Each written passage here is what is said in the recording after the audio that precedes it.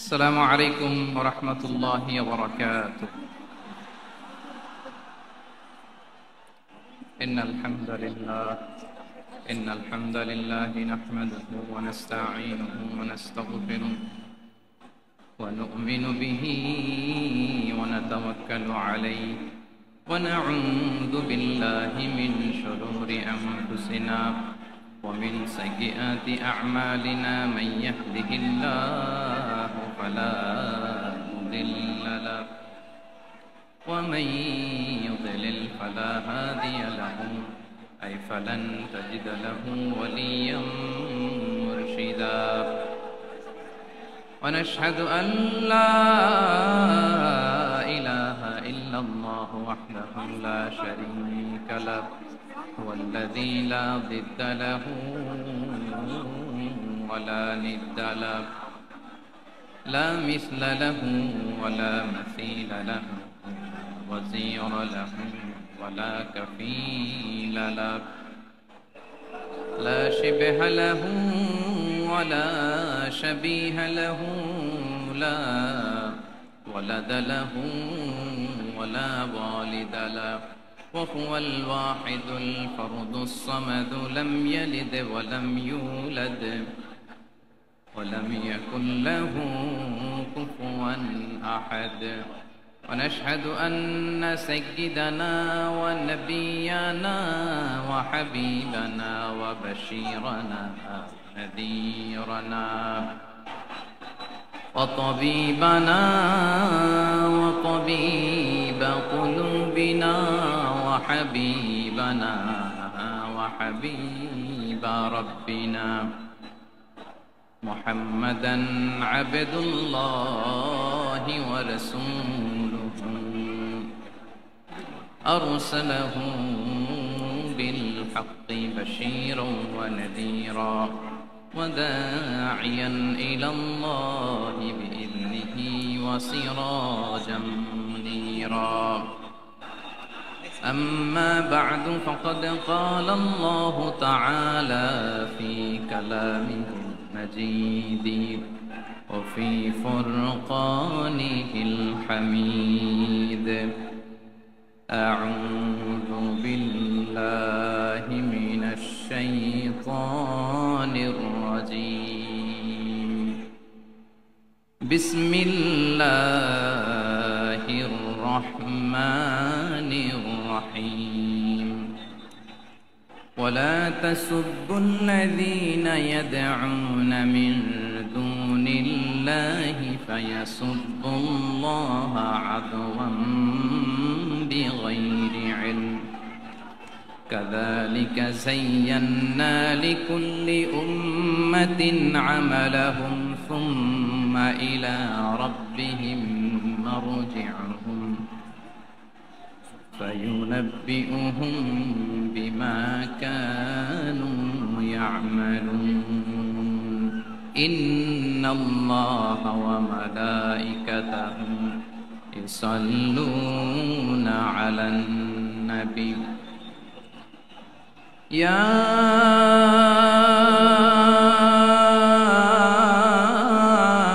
أيها الذين آمنوا صلوا عليه وسلموا تسليما. اللهم صل على محمد وعلى آل محمد كما صليت على إبراهيم وعلى آل إبراهيم إنك حميد مجيد. اللهم بارك على محمد وعلى آل محمد كما باركت على إبراهيم وعلى آل إبراهيم إنك حميد مجيد. সকল প্রশংসার মালিককে, সকল ক্ষমতার উৎসকে। কেউ যেটা পারে না পারে কে, কেউ যেটা দেখে না দেখে কে, কেউ যেটা দেয় না দেয় কে? সে আল্লাহ রাব্বুল ইজ্জত ওয়াল জালালের দরবারে আমরা শুকরগুজার হচ্ছি। আমরা সবাই আওয়াজ করে পড়ে নিচ্ছি কালিমাতুশ শুকর আলহামদুলিল্লাহ। গলা ছেড়ে দিয়ে আওয়াজ করে, প্রিয় লালমনিরহাটের ভাইয়ের আওয়াজ করে সবাই পড়ুন, রব্বানা লাকাল হামদ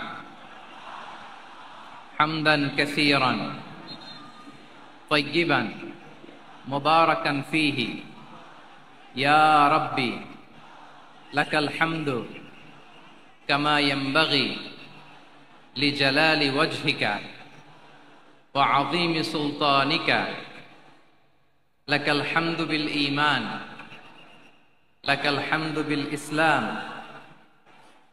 লাকাল হামদু বিল কুরআন।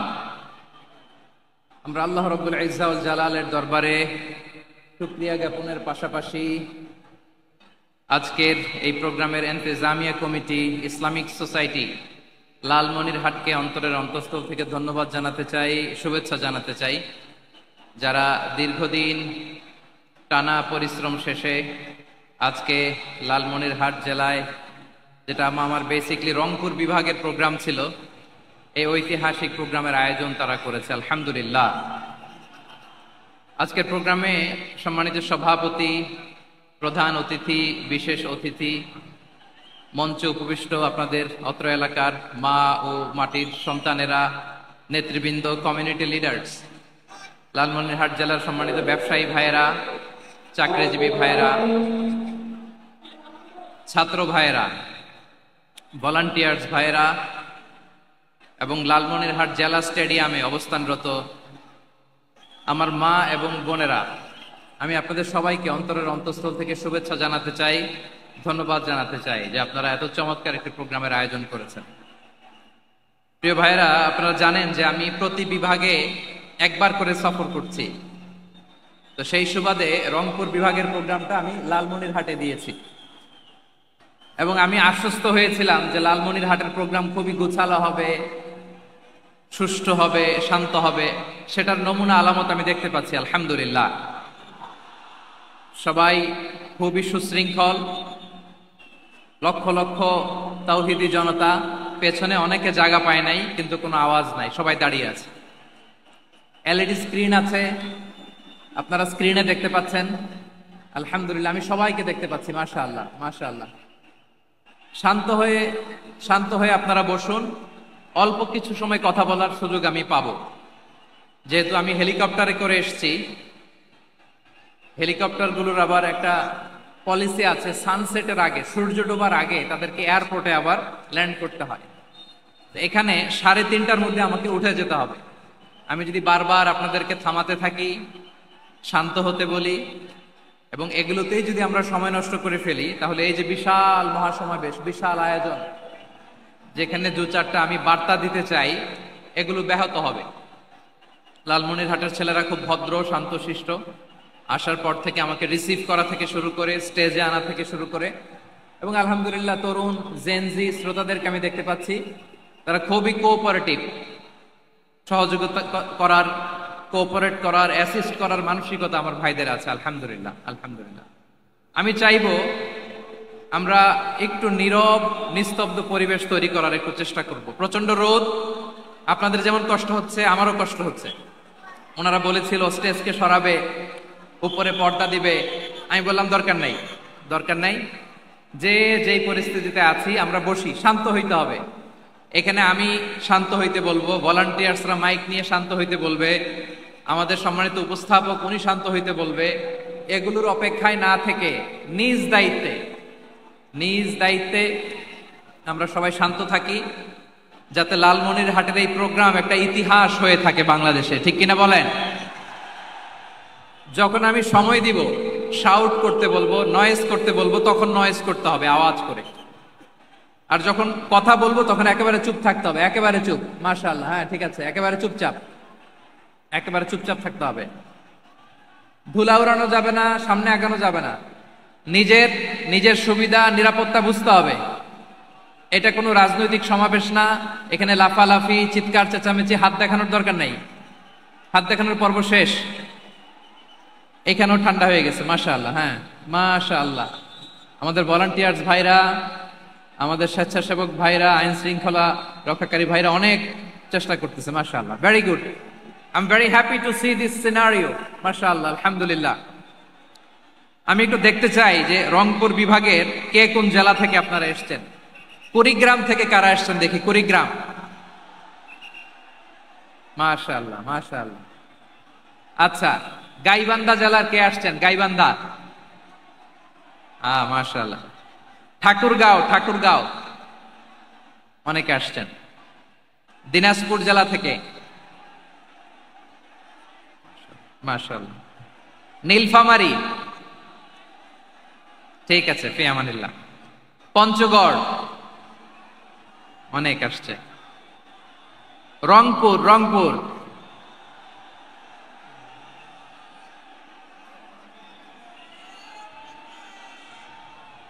মাশাআল্লাহ মাশাআল্লাহ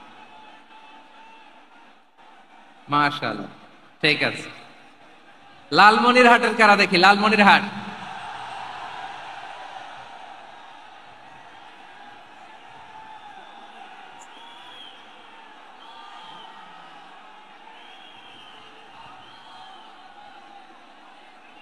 মাশাআল্লাহ মাশাআল্লাহ মাশাআল্লাহ।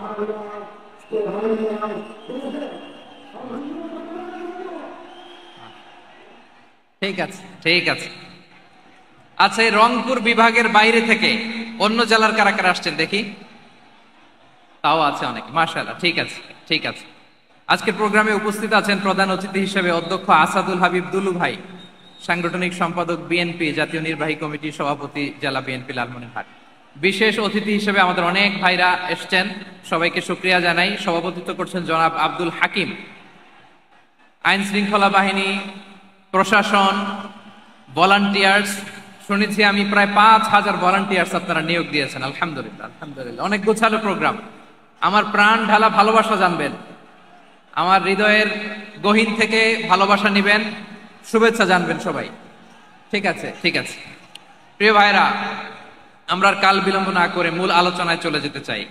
আজকে যে টপিকের উপর আমি কথা বলবো, টপিকটা হচ্ছে peaceful coexistence and communal harmony, শান্তিপূর্ণ সহাবস্থান এবং সাম্প্রদায়িক সম্প্রীতি। আমাদের বাংলাদেশে সাম্প্রদায়িক সম্প্রীতি আছে না নাই? আবহমান কাল থেকে আমরা মুসলিম, হিন্দু, বৌদ্ধ, খ্রিস্টান, পাহাড়ি, নৃগোষ্ঠী মিলেমিশে একাকার, আমরা সবাই মিলে বাংলাদেশ। আওয়াজ করে বলেন ঠিক কিনা? আমাদের পারস্পরিক সম্প্রীতি, ভালোবাসা, সৌহার্দ্যপূর্ণ আচরণ, বোঝাপড়া, এটা বেশ মজবুত, বেশ মজবুত। তবে মাঝে মাঝে আমাদের এই সম্প্রীতির ভেতরে অনেকে ফাটল ধরাতে চায়। আমরা যে সুখে আছি, শান্তিতে আছি, এটা অনেকের ভালো লাগে না, ঠিক কিনা বলেন? আমাদের মধ্যে সাম্প্রদায়িক সম্প্রীতি, সৌহার্দ্যপূর্ণ আচরণ, ভালোবাসা, এটা আবহমান কাল ধরে আছে। তার প্রমাণ, আমরা তাফসিরুল মাহফিলের আয়োজন করলে আমাদের হিন্দু ভাইরা ডিস্টার্ব করে না, ঠিক কিনা?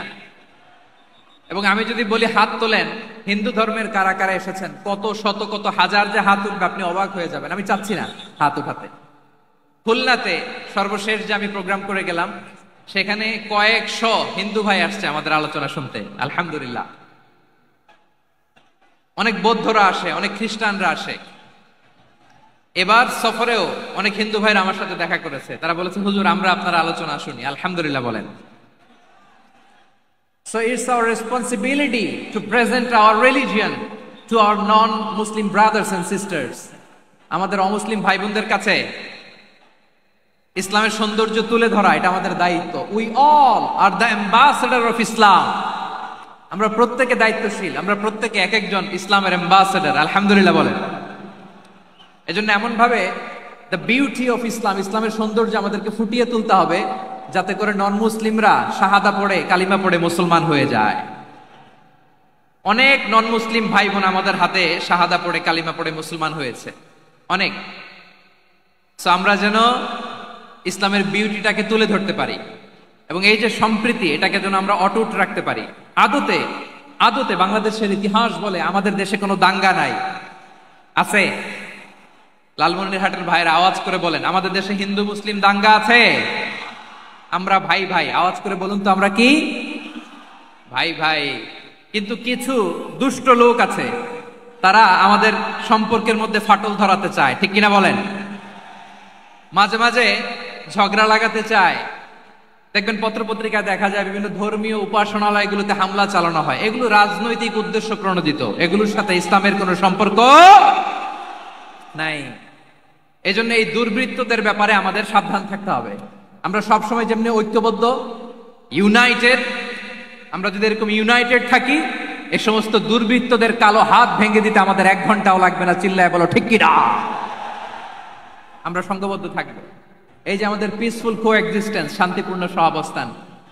হিন্দুরা পূজা করে, যেদিন হিন্দুদের পূজা অনুষ্ঠান আমরা ওই দিন তাফসির মাহফিল করি না, ঠিক কিনা বলেন? যেদিন আমাদের তাফসিরুল কোরআনের প্রোগ্রাম, ওই দিন আমাদের হিন্দু ভাইরা ডিস্টার্ব করে না। সুবহানাল্লাহ। হিন্দুদের পূজা অনুষ্ঠানে মাদ্রাসার ছাত্র যে পাহারা দেয়, গোটা বিশ্বে এরকম দৃষ্টান্ত নজির বিরল, ঠিক কিনা বলেন?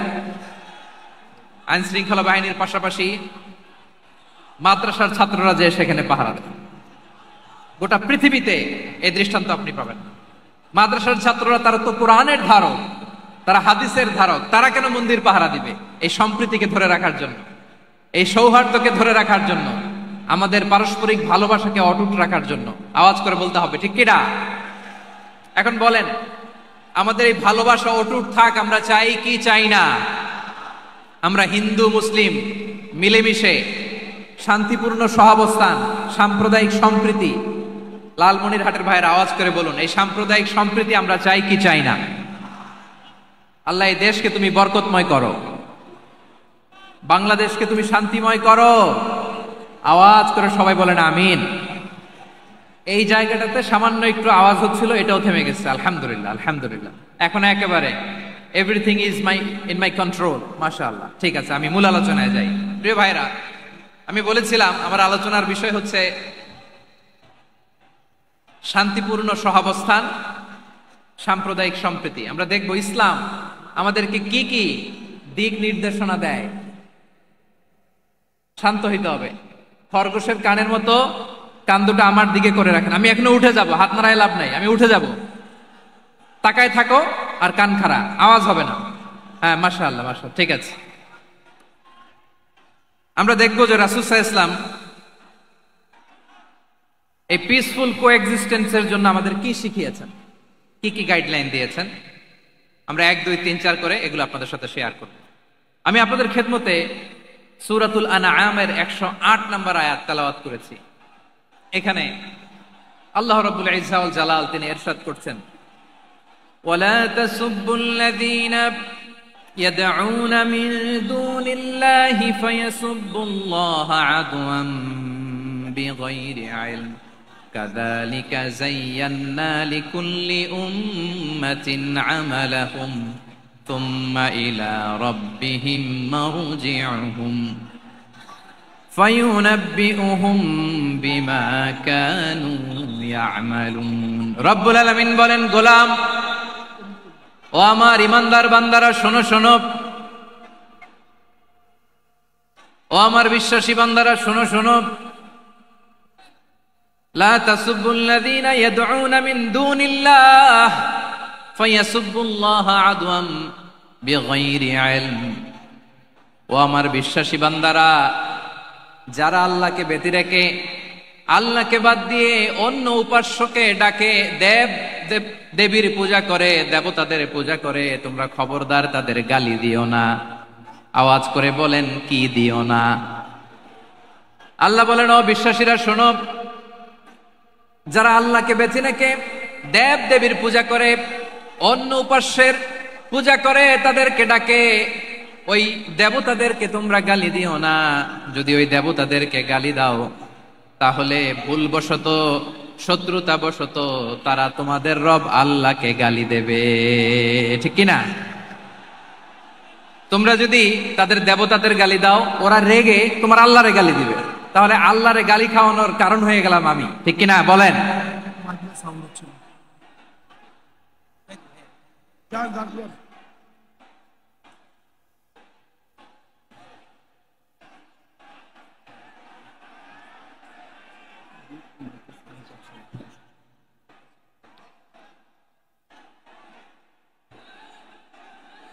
সম্মানিত ভাইয়েরা, এত বিশাল প্রোগ্রাম, মাইকের একটা সেটআপ থাকে, তারগুলো অনেক সময় নড়ে যায়, ধাক্কা ধাক্কিতে ডিসপ্লেস হয়, একটু ঝামেলা হবে।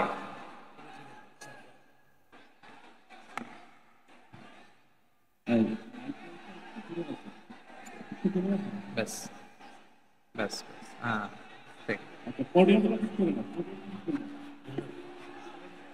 ঠিক আছে।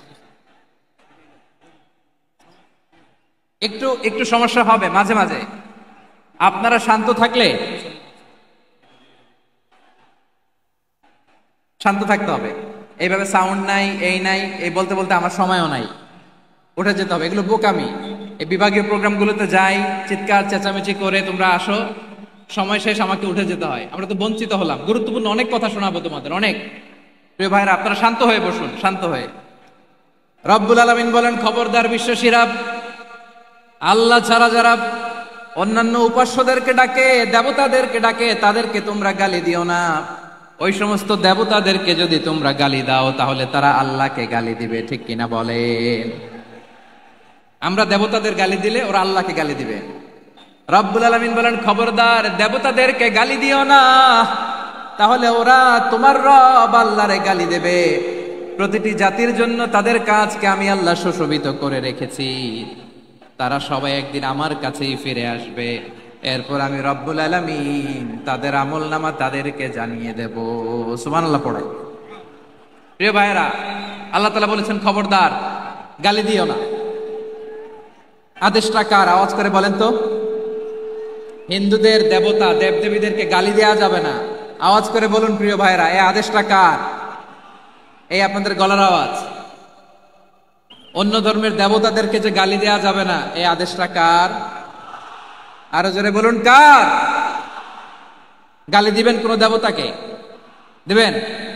যদি দেন, তাহলে ওরা আল্লাহরে গালি দিবে। তাহলে আল্লাহরে গালি খাওয়াইলো কে?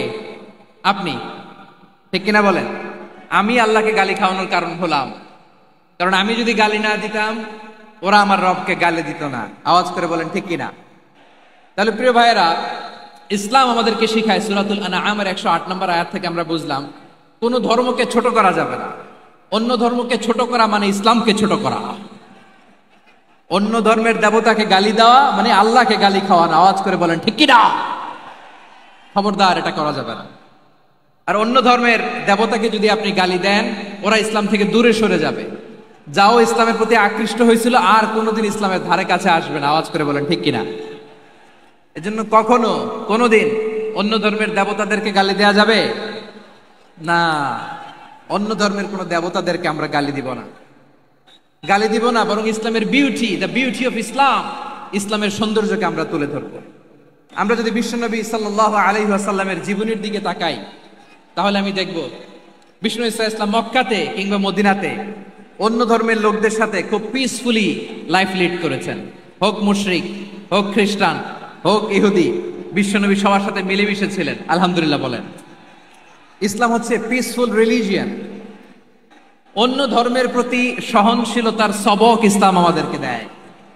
কিন্তু প্রতিটি মুসলিমের এটা মনে রাখতে হবে, আল্লাহর কাছে পছন্দনীয়, গ্রহণযোগ্য ধর্ম, জীবনাদর্শ একটি, সেটা হচ্ছে ইসলাম। আওয়াজ করে বলেন, সেটা কি? লালমনিরহাটের ভাইয়েরা, আওয়াজ করে বলুন, আল্লাহর কাছে মনোনীত ধর্ম একটি, সেটা কি? এজন্য রব্বুল আলামিন বলেন, ইন্নাদ-দীনা ইনদাল্লাহিল ইসলাম, আল্লাহর কাছে মনোনীত, গ্রহণযোগ্য, অ্যাকসেপ্টেড ধর্ম, মতাদর্শ একটা, সেটা হলো ইসলাম। ইসলাম ছাড়া অন্য কোন ধর্ম যদি কেউ তালাশ করে, তার ওই ধর্ম আল্লাহ গ্রহণ করবে না। ওমাই ইয়াবতাগি গায়রাল ইসলামি দীনান ফালাই ইউকবালা মিন ওয়া হুয়া ফিল আখিরাতি মিনাল খাসিরিন।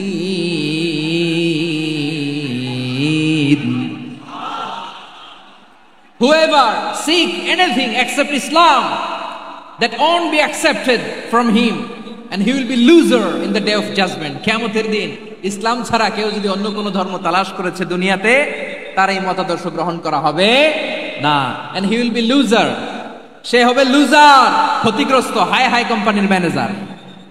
ওর আমও শেষ, সালাও শেষ। আওয়াজ করে বলেন, ঠিক কি না? এজন্য ইসলাম পেয়ে আমরা খুশি না বেজার?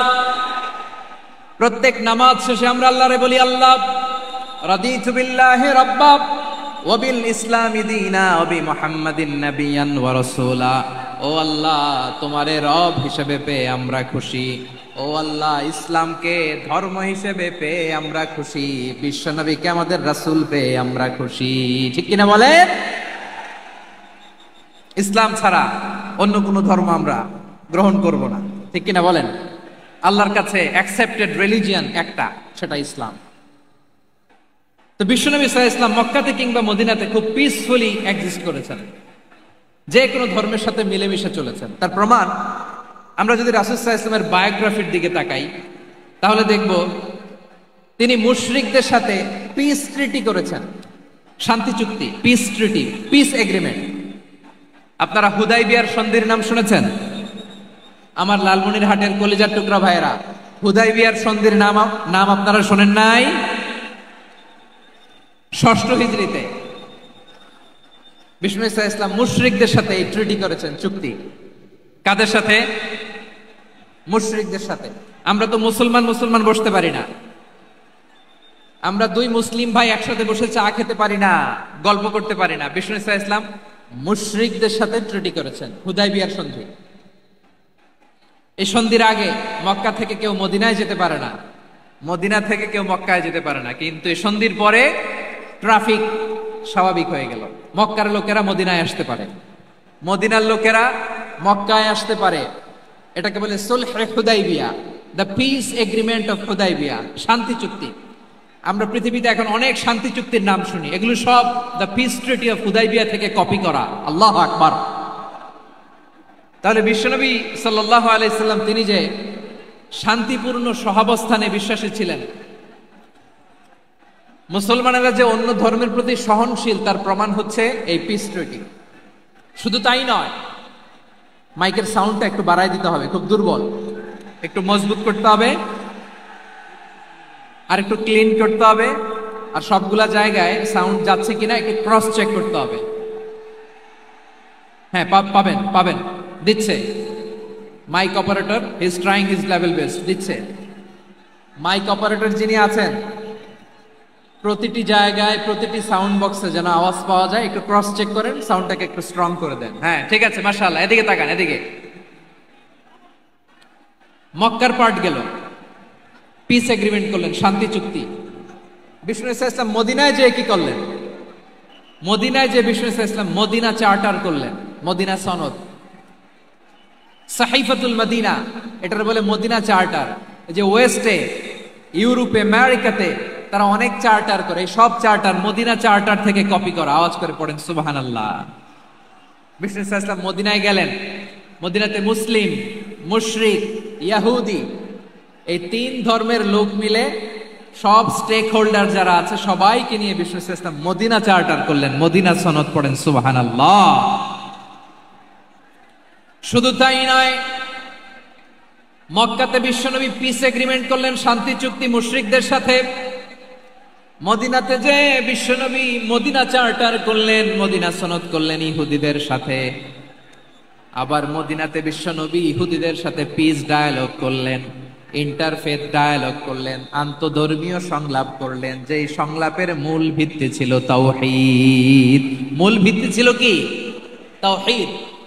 বিশ্বনবী ইহুদিদেরকে ডাকলেন, আহ্বান করলেন, কুল ইয়া আহলাল কিতাবি তাআলাউ ইলা কালিমাতিন সাওয়াইন বাইনানা ওয়া বাইনাকুম আল্লা না'বুদা ইল্লাল্লাহ ওয়া লা নুশরিকা বিহি শাইআন ওয়া লা ইয়াত্তাখিযা বা'দুনা বা'দান আরবাবাম মিন দুনিল্লাহ فإن تولوا فقولوا اشهدوا بأننا مسلمون। সুবহানাল্লাহ পড়েন।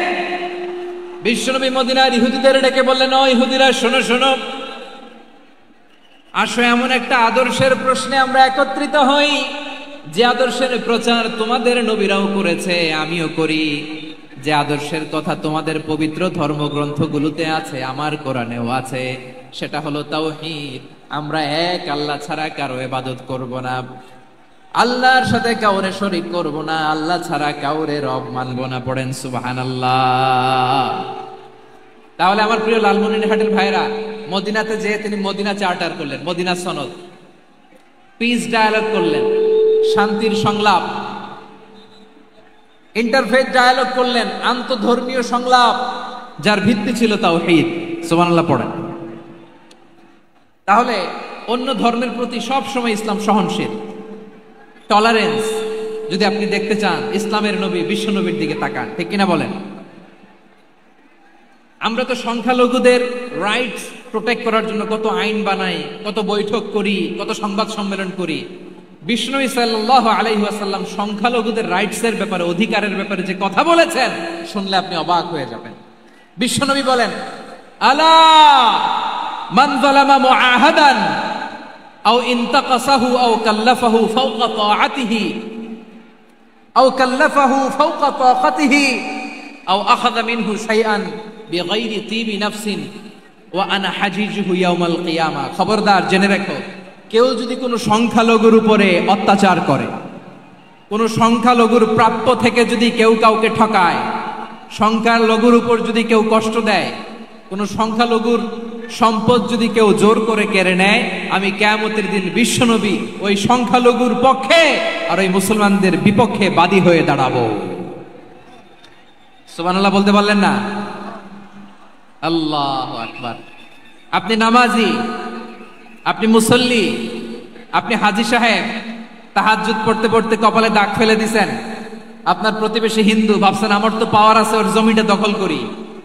বিশ্বনবী বলেন, কিয়ামতের দিন ওই হিন্দুর পক্ষে তোর বিরুদ্ধে আমি বাদী হয়ে দাঁড়াবো। পৃথিবীর কোন ধর্মে এরকম স্টেটমেন্ট পাবেন? পাবেন? আপনি ভাবছেন আপনি নামাজ পড়লে হাজী সাহেব কপালে দাগ ফেলায় দিলে আপনি সালসালায়ে জান্নাতে চলে যাবেন না?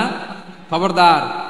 বিশ্বনবী বলেন, কোন সংখ্যালঘুর উপর যদি কেউ আক্রমণ করে, তার প্রাপ্য তাকে না দিয়ে যদি তাকে ঠকায়, তার উপর জুলুম করে, তার সম্পদ যদি কেড়ে নেয়, আমি নবী, তুমি মুসলিম হইতে পারো, মুসল্লি হইতে পারো, তার পক্ষে তোমার বিপক্ষে আল্লাহর দরবারে বাদী হয়ে দাঁড়াবো। আচ্ছা লালমনিরহাটের ভাইরা, কথা বুঝতে পারলে আওয়াজ করে উত্তর দেন। বিশ্বনবী যদি কারো বিপক্ষে দাঁড়ায় কিয়ামতের দিন, আই রিপিট, আমি আবারও বলছি, বিশ্বনবী যদি কিয়ামতের দিন কারো বিপক্ষে দাঁড়ায়, ও তো সালসালায়ে জান্নাতি, তাই না? জান্নাতি না? যে নবীর সুপারিশ ছাড়া জান্নাতের গেটও দেখা যাবে না, ওই নবী যদি বলে তোর বিপক্ষে আমি বাদী হয়ে দাঁড়াবো, ওই জান্নাতে আর ঢোকার কোনো সুযোগ আমাদের থাকবে? এখানেই শেষ না আমার প্রিয় লালমনিরহাটের ভাইয়েরা, এখানেই শেষ নয়। বিশ্বনবী বলেন, মান কাতালা মুআহাদান, বুখারীর বর্ণনা, মান কাতালা মুআহাদান লাম ইয়ারাহ রাইহাতাল জান্নাহ। কেউ যদি, কোন মুসলিম যদি অন্যায়ভাবে কোন সংখ্যালঘুকে হত্যা করে, কোন হিন্দুকে হত্যা করে, কোন বৌদ্ধরে হত্যা করে, অন্যায়ভাবে কোন মুসলিম যদি কোন সংখ্যালঘুরে হত্যা করে, জান্নাতে যাওয়া তো দূরের কথা, ওই মুসলিম জান্নাতের ঘ্রাণও পাবে না। সেই বুখারীর বর্ণনা, মান কাতালা মুআহাদান লাম ইয়ারাহ রাইহাতাল জান্নাহ ওয়া ইন্না রিহাহা লা ইউজাদু মিন মাসিরাতি 40 আমা। যে জান্নাতের ঘ্রাণ 40 বছর দূরের রাস্তা থেকেই পাওয়া যায়। সুবহানাল্লাহ পড়েন। প্রিয় ভাইরা, এখান থেকে জান্নাতে পৌঁছতে লাগবে 40 বছর। এত দূর, কত বছর? সবাই বলেন কত বছর? এখান থেকে জান্নাতে পৌঁছতে লাগবে 40 বছর। এত দূরে থাকতেই জান্নাতের ঘ্রাণ আপনার নাকে এসে ধাক্কা মারবে। বিষ্ণুই বলেন, যে ব্যক্তি কোন সংখ্যালঘুকে হত্যা করে, জান্নাতের ঘ্রাণ তো পাবেই, জান্নাতে তো ঢুকতে পারবেই না, জান্নাতের ঘ্রাণও তার নাকে লাগবে না। পড়েন নাউযুবিল্লাহ। তাহলে সংখ্যালঘুদের ব্যাপারে ইসলামে অধিকার দেয়া আছে না নাই? লালমনিরহাটের ভাইয়ের আওয়াজ করে বলেন, আমার সংখ্যালঘু হিন্দু ভাইদের রাইটস, অধিকার আমাদের ইসলামে প্রোটেক্টেড আছে না নাই? এখানেই শেষ না। বিষ্ণু ইসলাম আপনার অমুসলিম প্রতিবেশীর সাথে ভালো আচরণ করতে বলেছে। আমাদের হয় না এটা মুসলিম পাড়া, ওটা বৌদ্ধ পাড়া, হয় না? অনেক সময় হয় না এটা আমাদের মুসলিম পাড়া, ওইটা হিন্দু পাড়া, এরকম আছে না নাই? লালমনিরহাটে নাই না? আছে? হিন্দু যদি আপনার প্রতিবেশী হয় কি করবেন? ওরে কষ্ট দিবেন নাকি? কেন, ও তো হিন্দু, ও তো আমার আল্লাহরে ডাকে না, ওরে কষ্ট দিলে জায়েজ হবে না? খবরদার। বিষ্ণু ঈসা ইসলাম বলেন, মান কানা ইউমিনু বিল্লাহ ওয়াল ইয়াউমিল আখির ফালিউকরিম জারাহ, যে আল্লাহ বিশ্বাস করে আর আখিরাতে বিশ্বাস করে সে যেন প্রতিবেশীর সাথে ভালো আচরণ করে। সুবহানাল্লাহ। কলিজা জুড়ায় যায় না আমার নবীর কথাগুলো শুনলে? যে আল্লাহ বিশ্বাস করে, যে আখিরাতে বিশ্বাস করে সে যেন প্রতিবেশীর সাথে ভালো আচরণ করে। এখানে বলছে মুসলিম প্রতিবেশী বলছে, নামাজি প্রতিবেশী বলছে, আল্লাহওয়ালা প্রতিবেশী বলছে না। প্রতিবেশী আস্তিক হোক নাস্তিক হোক, প্রতিবেশী মুমিন হোক মুশরিক হোক, প্রতিবেশী হইলেই তার সাথে ভালো আচরণের দরকার আছে না নাই? আমার প্রিয় লালমনিরহাটের ভাইয়েরা, বিষ্ণু ঈসা ইসলাম ওনার ইহুদি প্রতিবেশীদের দেখাশোনা করতেন। আওয়াজ না শোনা যাক, আমারও তো দেখা যায়, আমারও তো দেখা যায়। তাকায় থাকেন, তাকায় থাকলে সওয়াব হবে। কোরআনের কথা যেখান থেকে হয় এদিকে তাকায় থাকলেই বরকত। তাকায় থাকেন। জি জি, মাইক, আমি তার মাইক ঠিক করতে আসি না এদিকে, এই মাইক ঠিক করব ওই মাইক ঠিক করব, ওদিকে পাইলট বলবে হুজুর চলে আসেন। জি বসুন বসুন, মাশাআল্লাহ। হ্যাঁ খুব শান্ত, ঠিক আছে। পুলিশ ভাইরা না খেয়ে দিনরাত আপনারা যাতে সুশৃঙ্খল একটা প্রোগ্রাম উপহার পান এটাই চেষ্টা করতেছে, আপনাদেরকে কষ্ট দিতে আসে নাই, একটু একটু সহযোগিতা করেন। জি মাশাআল্লাহ, হ্যাঁ ঠিক আছে। আমার প্রিয় ভাইরা, প্রতিবেশী আস্তিক হোক নাস্তিক হোক, মুসলিম হোক হিন্দু হোক, তার সাথে ভালো আচরণ করতে হবে। বিষ্ণু ঈসা ইসলাম ওনার ইহুদি প্রতিবেশীর বাসায় যেতেন। কোন প্রতিবেশী? ইহুদি। আওয়াজ করে বলেন, কোন প্রতিবেশী? ইহুদি। এক ইহুদি কিশোর বিষ্ণু ঈসা ইসলামের খেদমত করতে, ইহুদি ছেলে আমার নবীর খেদমত করতো, তারা ছিল নবীর প্রতিবেশী। তো অনেকদিন হয় ইহুদি ছেলেটা আসে না। বিষ্ণুনবী খোঁজ দিলেন, ঘটনা কি? একটা ইহুদি ছেলে না আমার খেদমতে আসতো, ছেলেটা কই? খোঁজ নিয়ে জানলেন ছেলেটা অসুস্থ। বিষ্ণু ঈসা ইসলাম ওই ইহুদির বাড়িতে চলে গেলেন ওই ছেলেটাকে দেখা করার জন্য, ভিজিট করার জন্য। সুবহানাল্লাহ পড়বেন না? গেলেন, যে দেখে ইহুদি ছেলেটা মুমূর্ষ, জান জান যায় যায় ভাব, বিছানায় পড়ে আছে, তার বাবা দাঁড়ানো। বিশ্বনবী তার মাথার পাশে বসলেন, মাথায় হাত বুলিয়ে দিলেন, আর ছেলেটাকে বললেন আসলিম, হে ইহুদি ছেলে আসলিম, ইসলাম ধর্ম গ্রহণ করো। তো ছোট্ট ছেলে ভাবে আমরা ইহুদি, এখন ইসলাম ধর্ম গ্রহণ করলে আব্বা যদি বকা দেয়। ফানাযারা ইলা ওয়াজহি আবি, ছেলেটা তার বাবার চেহারার দিকে তাকালো, দেখি আব্বা কি কয়। আব্বা যদি বলে তাইলে ইসলাম ধর্ম গ্রহণ করবে। ইহুদি ছেলেটা তার বাবার দিকে যখন তাকালো, ওর বাবা বলে আতি আবুল কাসিম, আবুল কাসিম যা বলে তাই করো। আবুল কাসিম হচ্ছে বিষ্ণু ঈসা ইসলামের একটা কুনিয়াত, উপনাম। আমার রাসূলের বড় ছেলের নাম ছিল কাসেম। যেমন দেখবেন আমাদের এলাকায় কারো ছেলের বড় ছেলের নাম যদি হয় আব্দুল্লাহ, এরা আব্দুল্লাহর বাপ বলে ডাকে। কারো বড় মেয়ের নাম যদি হয় ফাতেমা, এরা কি ডাকে? ফাতেমার বাপ বলে না? তো বিষ্ণু ঈসা ইসলামের বড় ছেলের নাম ছিল কাসেম। ইহুদি বাবা বলল আতি আবুল কাসেম, আবুল কাসেম যা বলে তাই শোনো, মানে মোহাম্মদ যা বলে তাই শোনো। এই কথা শুনে ছেলে সাহস পাইছে, ছেলে আবার পড়তে আরম্ভ করলো আশহাদু আল্লাহ ইলাহা ইল্লাল্লাহ ওয়া আশহাদু আন্না মুহাম্মাদার রাসূলুল্লাহ, পড়েন আল্লাহু আকবার। বিশ্বনবীর আহ্বান শুনে ওই আহ্বানে সাড়া দিয়ে ইহুদি ছেলে শাহাদা পড়ে মুসলমান হয়ে গেল। তার হৃদয়টারে ঈমানের নূর দিয়ে আলোকিত করে দিল কে? প্রিয় ভাইরা, এবার রাসূল সাল্লাল্লাহু আলাইহি ওয়াসাল্লাম বের হয়ে আসলেন ঘর থেকে, আর বললেন আলহামদুলিল্লাহিল্লাযী আনকাযাহু মিনান নার, প্রশংসা সে আল্লাহর যে আল্লাহ জাহান্নামে চলে যাচ্ছিল প্রায় এমন একটা লোককে মুহূর্তের মধ্যে কালেমায়ে শাহাদাতের বদৌলতে জান্নাতি বানায় দিলেন। আওয়াজ করে পড়েন সুবহানাল্লাহ। এই হাদিস থেকে আমরা কি শিখলাম? What is the moral of the story? এক নাম্বার স্টোরি হলো, প্রতিবেশী ইহুদি হোক হিন্দু হোক, যাবেন, সুসম্পর্ক রাখবেন, উপহার দিবেন, বিপদে পাশে দাঁড়াবেন, তাইলেই তো আপনাদের প্রতি, মুসলমানদের প্রতি তারা আকৃষ্ট হবে, ঠিক কিনা বলেন? আপনি যদি হিন্দুদের সাথে বৌদ্ধদের সাথে নাই মিশেন, নাস্তিকের কাছে নাই যান, তো ইসলামের সৌন্দর্যটা ওরা বুঝবে কেমনে? আমার অনেক হিন্দু পরিচিত ভাই আছে, ওরা আমাদের ইফতারির প্রোগ্রামে এসে একসাথে ইফতারি করে। অনেক মদখোর আমার সাথে বসে একসাথে ডিনার করে, হাফ প্যান্ট পরা, গলায় স্বর্ণের চেইন, হাতে স্বর্ণের ব্রেসলেট, আয়েশা আমার সাথে ডিনার করছে, আছে এরকম গাঁজাখোর। আমি বলে আসো, welcome welcome to my dinner, আসো বসো। বসলেই তো আমি ওর ডিএনএ, চিন্তার ডিএনএ চেঞ্জ করে দেওয়ার সুযোগ পাবো। চিল্লায় বলো ঠিক কি না? আসতে হবে আমার কাছে। Our door is open. The door of Islam is open 24/7. সব সময় আমাদের ইসলামের দরজা আমার অমুসলিম ভাইদের জন্য খোলা আছে না নাই? এই হাদিস থেকে দুইটা শিক্ষা। এক নম্বর শিক্ষা, প্রতিবেশী মুসলিম হোক অমুসলিম হোক, যান, অসুস্থ হইলে একটু আপেল নিয়ে যান, আঙ্গুর নিয়ে যান, কমলা নিয়ে যান, তাদের সাথে ভালো আচরণ করেন। ইসলামের বিউটি দেখে, সৌন্দর্য দেখে অবাক হবে, নসিব ভালো হলে কোনোদিন কালিমা পড়ে মুসলমান হয়ে যাবে। ঠিক কিনা বলেন? তাহলে অমুসলিমের সাথে ভালো সম্পর্ক। বিশ্বনবী ইহুদির বাড়িতে গেলেন, ইহুদির বাড়ি, আর আমার মুসলমান ভাই আমার কাফের বলে, এরকম আছে না নাই? মুসলিম মুসলিমরা দেখতে পারে না, সহ্য করতে পারে। বিশ্বনবী সাল্লাল্লাহু আলাইহি ওয়াসাল্লাম ইহুদির বাড়িতে গেলেন, এটা একটা শিক্ষা। আরেকটা শিক্ষা হলো, ভাইয়েরা ধাক্কা মারে এসে সামনে এসে কি লাভ? প্রোগ্রাম তো শেষ হচ্ছে, এখনই শেষ হচ্ছে। তো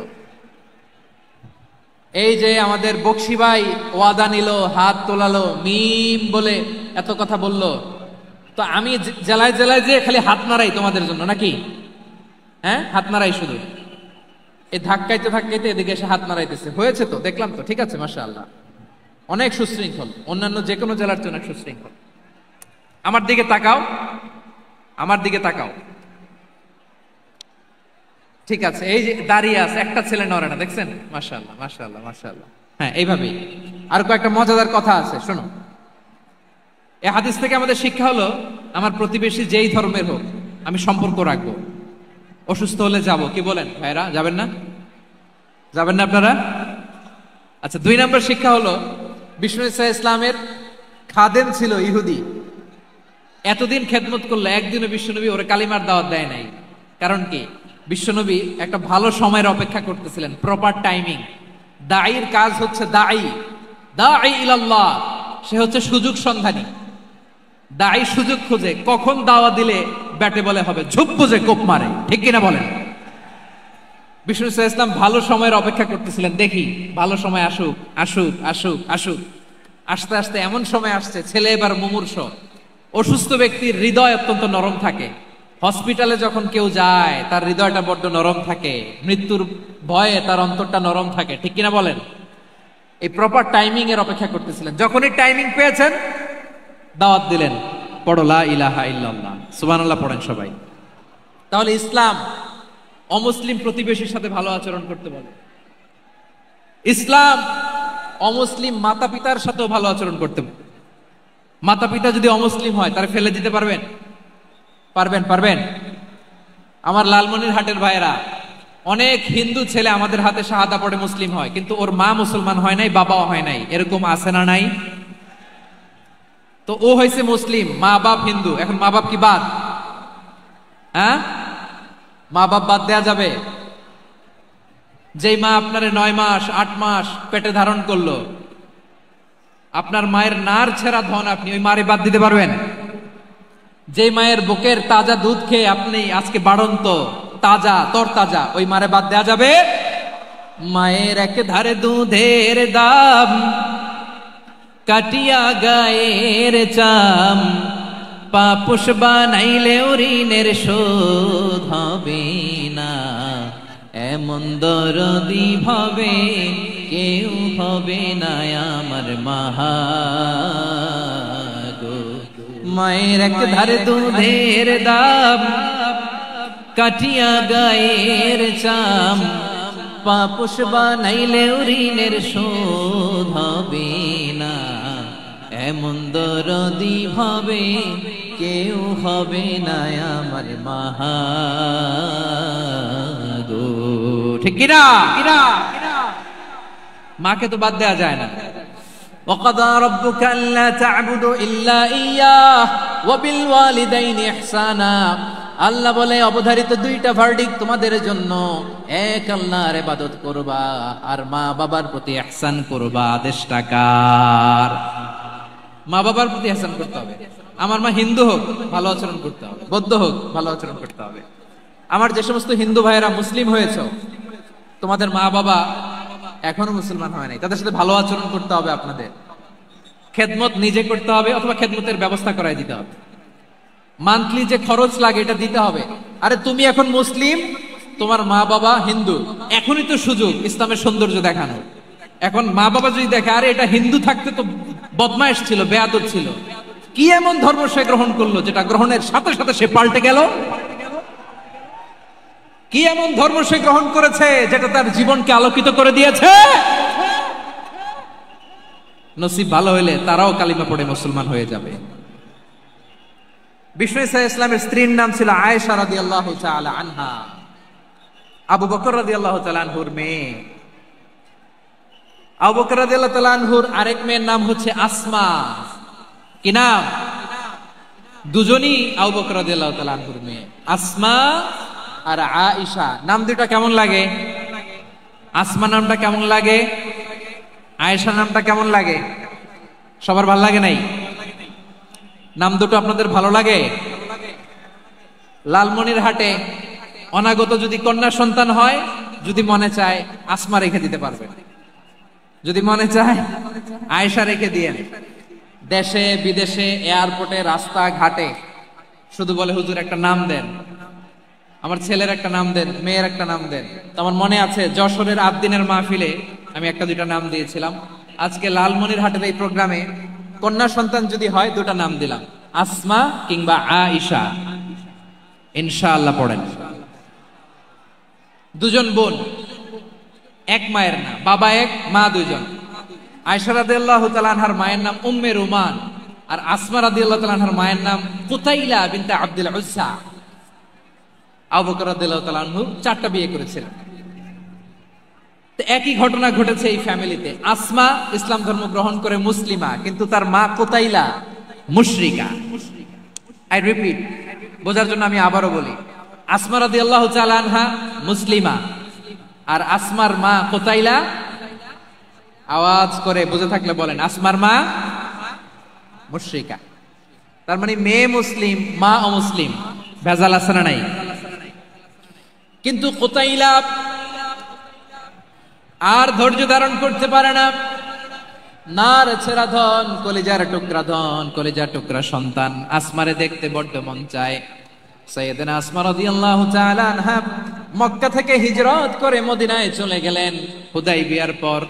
যখন মক্কা মদিনার ট্রাফিক স্বাভাবিক হলো, মক্কার লোক মদিনায় যায়, মদিনার লোক মক্কায় আসে।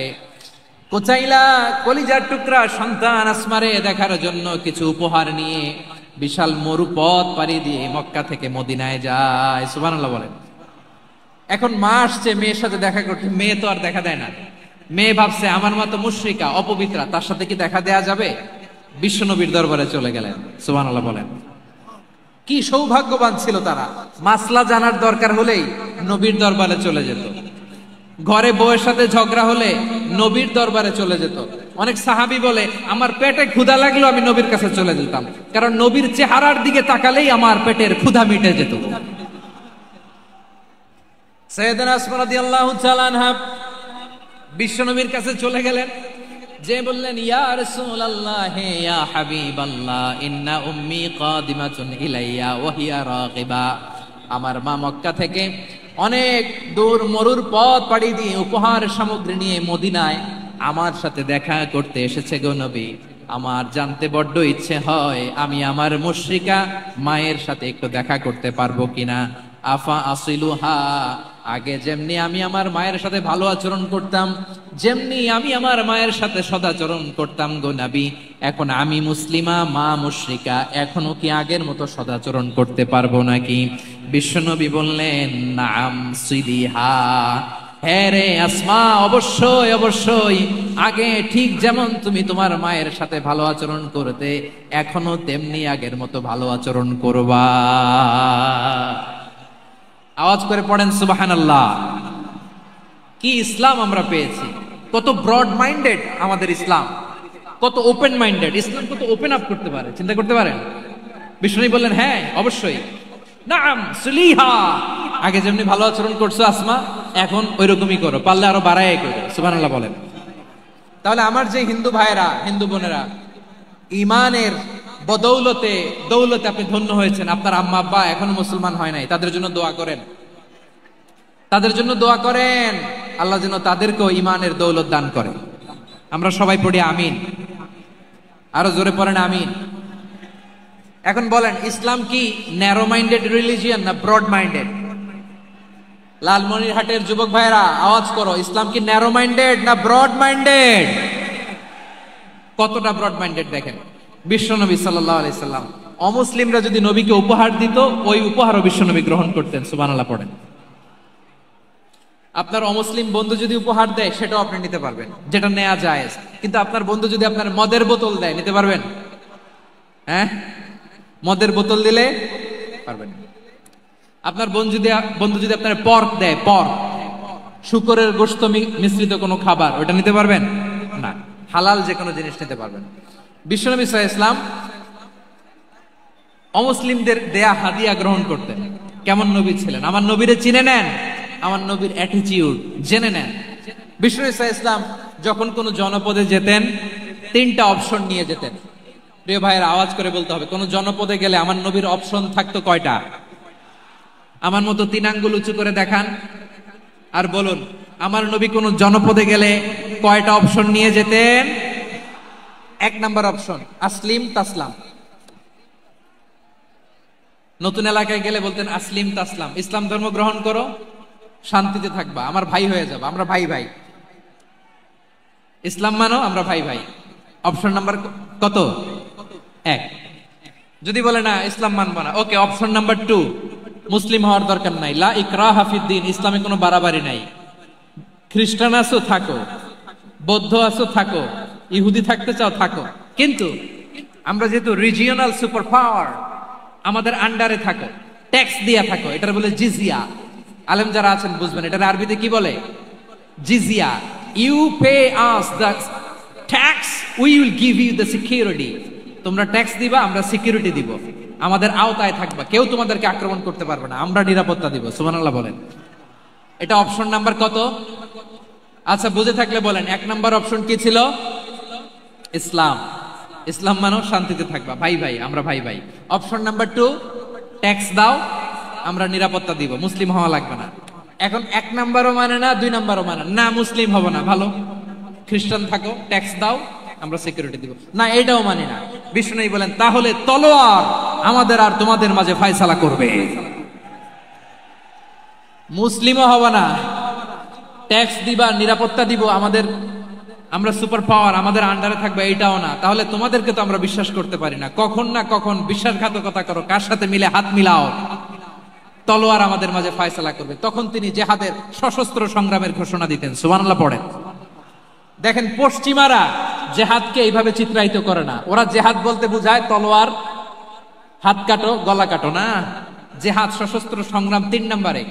অধিকাংশ ক্ষেত্রেই বিশ্বনবীর সুন্দর আচরণ দেখে, আরে আমার নবীর যে নুরানি চেহারা, অনেকে তো কেবল সিরেফ চেহারাটা দেখেই কালিমা পড়ে মুসলমান হয়ে গিয়েছে। যারা মুসলিম হয় নাই, তারা তাদের ইসলামেই বলবৎ ছিল, ট্যাক্স দিয়ে ইসলামের আন্ডারে ছিল। যারা এটাও মানে নাই, ওইটাও মানে নাই, তাদের বিরুদ্ধে জেহাদ। বিষ্ণু ইসলাম 7ম হিজরিতে যখন খায়বার বিজয়ের পরে ইসলাম রিজিওনাল সুপার পাওয়ার হিসেবে আত্মপ্রকাশ করলো, বিশ্বনবী চিঠি লিখলেন অন্যান্য সুপার পাওয়ারের কাছে, রাষ্ট্রীয় চিঠি লেখে এক রাষ্ট্রপ্রধান আরেক রাষ্ট্রপ্রধানের কাছে। ঠিক কিনা বলেন? জানেন না আপনারা? এই যে 24-এর ছাত্র নাগরিক অভ্যুত্থানে, এই অভ্যুত্থান যখন শুরু হয়, আমি তখন সাউথ আফ্রিকাতে একটা স্ট্যাটাস দিয়েছিলাম, কোটা নয়, গোটা দেশ সংস্কার করা লাগবে। শুধু বাংলাদেশ নয়, সারা বিশ্বের বাংলা ভাষাভাষী লোকেরা এই আন্দোলনের সাথে সমর্থন তারা করেছে, এটাকে সাপোর্ট করেছে, তারা সমর্থন দিয়েছে। আমাদের ইউনাইটেড আরব আমিরাতের বাংলাদেশি ভাইয়েরা, তারা সেখানে রাস্তায় নেমে এসেছিল, জানেন?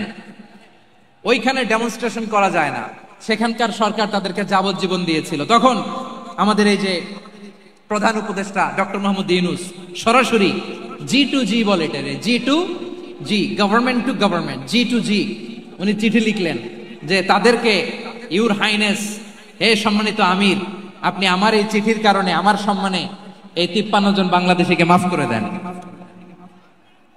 এই চিঠির বদৌলতে বেকসুর খালাস পেয়ে গিয়েছিল আমাদের ভাইরা। জানেন না এই ঘটনা আপনারা? তাহলে গভর্নমেন্ট টু গভর্নমেন্ট চিঠি দেওয়া হয়। সপ্তম হিজরিতে বিষ্ণু ইসলাম সব সুপার পাওয়ারের কাছে চিঠি দিলেন, রোমান সম্রাটের কাছে, পারস্য অধিপতির কাছে, মিশরের অধিপতির কাছে, সবার কাছে চিঠি লিখলেন।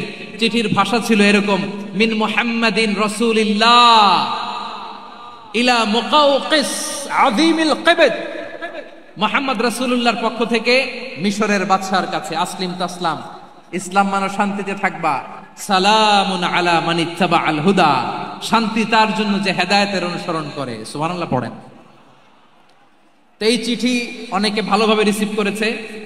অনেকে এই চিঠি পাওয়ার পরে নবীর কাছে আবার ইন রিটার্ন উপহার পাঠিয়েছে। কি পাঠিয়েছে? উপহার। মিশরের বাদশা মুকাওকিস তিনি বিশ্বনবীকে বিশাল এক উপহারের ডালি পাঠিয়েছেন। মিশরের বাদশা মুকাওকিস ছিলেন ধর্মে খ্রিস্টান। লালমনিরহাটের ভাইয়েরা আওয়াজ করে বলেন, মিশরের বাদশা ধর্মে কি ছিল? খ্রিস্টান। কি উপহার দিয়েছিল আমার নবীকে? শুনতে মনে চায়? আওয়াজ নাই লালমনিরহাটের গলায়, শুনতে মনে চায়? 1000 স্বর্ণ মুদ্রা, 1000 স্বর্ণ মুদ্রা। 2টা খ্রিস্টান দাসী, একজনের নাম মারিয়া বিনতে শামউন আল কিবতিয়া, আরেকজনের নাম সিরিন বিনতে শামউন আল কিবতিয়া। একজন খ্রিস্টান দাস 20 থান কাপড় জামা বানানোর জন্য, আমরা নবী যেন সেলাই করে জামা বানাতে পারে এজন্য 20 থান কাপড়, 20 থান ফাইন গার্মেন্ট। সুবহানাল্লাহ পড়বেন না? এরপরে একটা গাধা যেটার নাম ছিল উফাইর, আর একটা খচ্চর এটার নাম ছিল দুলদুল। খচ্চর চিনেন? গাধা আর ঘোড়ার ক্রসিং এ যে প্রাণীটা দুনিয়াতে আসে ওটার খচ্চর বলে। তো এই যে সুপার পাওয়ার খ্রিস্টান বাদশার কাছে নবী চিঠি লিখলেন, ওই খ্রিস্টান বাদশা আমার নবীকে উপহার দিল। বিশ্বনবী এই উপহারগুলো সানন্দে গ্রহণ করেছে। সুবহানাল্লাহ পড়বেন না? তাহলে অমুসলিম কেউ যদি আপনাকে উপহার দেয়, হালাল উপহার হলে আপনি গ্রহণ করতে পারবেন। অনুরূপ ভাবে পারস্যের বাদশা, রোম সম্রাট বিশ্বনবীকে উপহার পাঠিয়েছেন। আমার নবী সবগুলো উপহার গিফট গ্রহণ করেছেন। সুবহানাল্লাহ বলেন। তাহলে প্রিয় লালমনিরহাট আওয়াজ করে বলুন, ইসলাম কি ন্যারো মাইন্ডেড রিলিজিয়ন না ব্রড মাইন্ডেড? আম্মাজান আয়েশার কাছে মাসালা জানতে চায় মেয়েরা, হে আম্মাজান, অগ্নি উপাসকেরা তাদের ঈদের দিন নওরোজের সময় আমাদেরকে পাখি দেয়, নেওয়া যাবে? উনি বললেন, ওরা জবাই করে দিলে নেওয়া যাবে না, কিন্তু ওরা যদি ফলমূল এরকম খাবার দেয় এগুলো নেওয়া যাবে।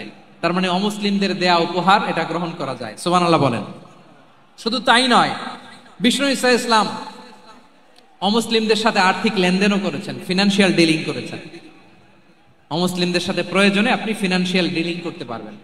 আমরা প্রায় দেখি বাজারের মিষ্টির দোকানগুলো আমার হিন্দু ভাইদের। লালমনিরহাটে মিষ্টির দোকান, দইয়ের দোকান কারা চালায়? হিন্দুরা চালায় না। তারপরে যে বারবার শপ, চুল কাটে যে নাপিত, অধিকাংশ নাপিতের দোকানে কারা? আমার হিন্দু ভাইরা। আপনি চুল কাটতে পারবেন কিনা? পারবেন কিনা বলেন? পারবেন। তার দোকান থেকে দই মিষ্টি কিনতে পারবেন কিনা? হ্যাঁ, আমার মুসলিম ভাইয়ের দোকান থাকলে ওইটারে আমি বেশি প্রায়োরিটি দিব, ঠিক কিনা? কিন্তু যদি তাদের সার্ভিস নিতে চান, প্রোডাক্ট নিতে চান, পারবেন। তার দলিল সহিহ বুখারী, আম্মা জান আয়েশা রাদিয়াল্লাহু তাআলা আনহা বলেন, ইশতারা রাসূলুল্লাহ সাল্লাল্লাহু আলাইহি ওয়াসাল্লাম মিন ইয়াহুদিয়িন তুআমান ওয়া রাহানাহু দিরআহু মিন হাদিদ। রাসূল সাল্লাল্লাহু আলাইহি ওয়াসাল্লাম এক ইহুদির কাছ থেকে, কার কাছ থেকে? সবাই বলে নাই কার কাছ থেকে? আমার নবী, পেয়ারা নবী এক ইহুদির কাছ থেকে জব কিনেছিল। জব, বার্লি, যেটা দিয়ে রুটি বানায়।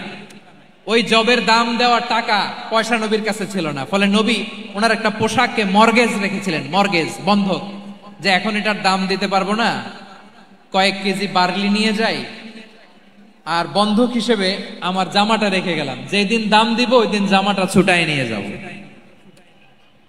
সুবহানাল্লাহ পড়বেন না? বাকিতে নিছিলেন, বাকিতে। দিরআহু মিন হাদিদ, লোহার তৈরি বর্ম, মানে যুদ্ধের পোশাক, লোহা দিয়ে বানানো। বিশ্বনবী বললেন, কয়েক কেজি জব দাও, টাকাটা পরে দিব, এখন টাকা নাই, বন্ধক হিসেবে, মর্গেজ হিসেবে আমার জামা রেখে গেলাম, যখন টাকা দিব জামা ছুটায় নিব। আওয়াজ করে বলতে হবে সুবহানাল্লাহ। এ থেকে বোঝা গেল অমুসলিমদের সাথে ফিনান্সিয়াল ডিলিং করা যায়, অর্থনৈতিক লেনদেন করা যায়, কেনাবেচা করা যায়, প্রোডাক্ট কেনা যায়। এমনকি আমাদের মসজিদে নববীতে বারান্দায় আপনারা একটা অটোমেটিক ফ্লাইং আমব্রেলা দেখছেন? সূর্য যখন বাড়ে মসজিদে নববীর বারান্দায় ইয়ার্ডের মধ্যে অটোমেটিক্যালি কিছু আমব্রেলা আছে, সাঁ করে খুলে যায়, আর সূর্যের তাপ লাগে না। আবার সন্ধ্যাবেলায় এই আমব্রেলা গুলো ওরা ক্লোজ করে ফেলে, দেখেন নাই না? দেখছেন? এই মসজিদে নববীকে সর্বোচ্চ উন্নত মানের কনস্ট্রাকশন ইনফ্রাস্ট্রাকচারে ডেভেলপ করার জন্য কর্তৃপক্ষ কিছু অমুসলিম ইঞ্জিনিয়ারের, ডিজাইনারের সহায়তা নিয়েছিল। সুবহানাল্লাহ বলেন। কোন দলিলের ভিত্তিতে? এই দলিলের ভিত্তিতে যে বিষ্ণু ঈসা ইসলাম অমুসলিমদের সাথেও লেনদেন করেছেন। আওয়াজ করে বলতে হবে আল্লাহু আকবার। শুধু তাই নয়, ইন কেস অফ ইমার্জেন্সি, প্রয়োজনে ইসলামের খাতিরে ইসলামকে সামনের দিকে এগিয়ে নিয়ে যাওয়ার জন্য অমুসলিমদের সাপোর্ট নেওয়া জায়েজ আছে। সুবহানাল্লাহ বলেন। অমুসলিমদের সাপোর্ট নেয়া, তাদের থেকে অর্থ নেয়া, পলিটিক্যাল সাপোর্ট, পলিটিক্যাল অ্যাসাইলাম নেওয়া জায়েজ আছে। আমাদের অনেক বিশ্ববরেণ্য দায়ীরা আমেরিকায় অস্থায়ীভাবে অ্যাসাইলাম নিয়ে থাকে, নিজের দেশে গেলে ফাঁসিতে ঝুলাই দিবে। যুগ যুগ ধরে দায়ীদের উপরে এরকম অত্যাচার আর নির্যাতন আছে না নাই? মিশরের অনেক দায়ীরা পাশ্চাত্যে যেয়ে থাকে, এই যে তারা পলিটিক্যাল অ্যাসাইলাম নিয়ে থাকে, রাজনৈতিক আশ্রয়, এটা জায়েজ আছে না? এটা যে জায়েজ আছে তার প্রমাণ স্বয়ং বিশ্বনবী সাল্লাল্লাহু আলাইহি ওয়াসাল্লাম পলিটিক্যাল সাপোর্ট নিয়েছিলেন অমুসলিমদের কাছ থেকে। সুবহানাল্লাহ বলেন। খুব মজাদার একটা ঘটনা শুনবেন, আপনাদের আগ্রহ দেখে তো মনে হয় না শোনার ইচ্ছা আছে। আছে আছে, গলায় জোর আছে। লিল্লাহে তাকবীর, লিল্লাহে তাকবীর, নারায়ে তাকবীর। মাশাআল্লাহ।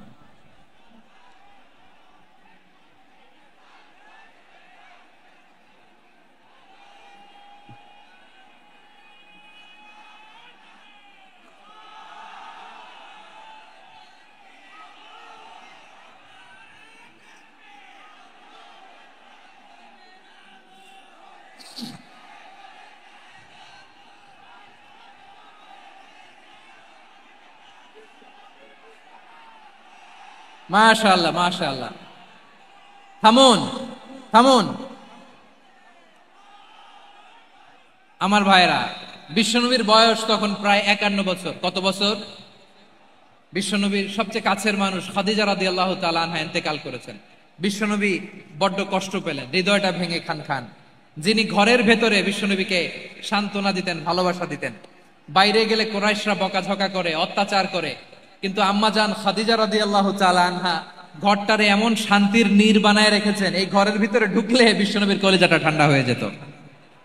এজন্য রব্বুল আলামিন বলেন, খাদিজা, ও আমার বান্দি খাদিজা, জান্নাতে এমন স্পেশাল একটা ঘর আমি তোমার জন্য রেডি করে রেখেছি। ওই ঘরের মধ্যে কোনো আওয়াজ নাই, ওই ঘরের মধ্যে কোনো নয়েজ নাই, ওই ঘরে কোনো বিশৃঙ্খলা নাই।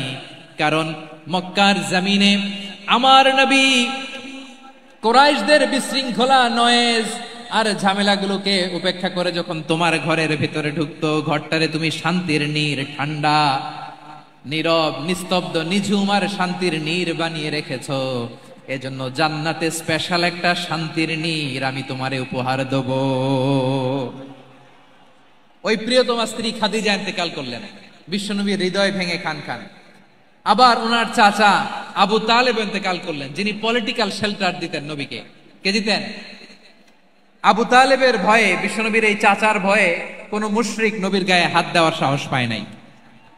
এখন স্ত্রীও নাই, চাচাও নাই, নবীকে আশ্রয় দেওয়ার কেউ নাই।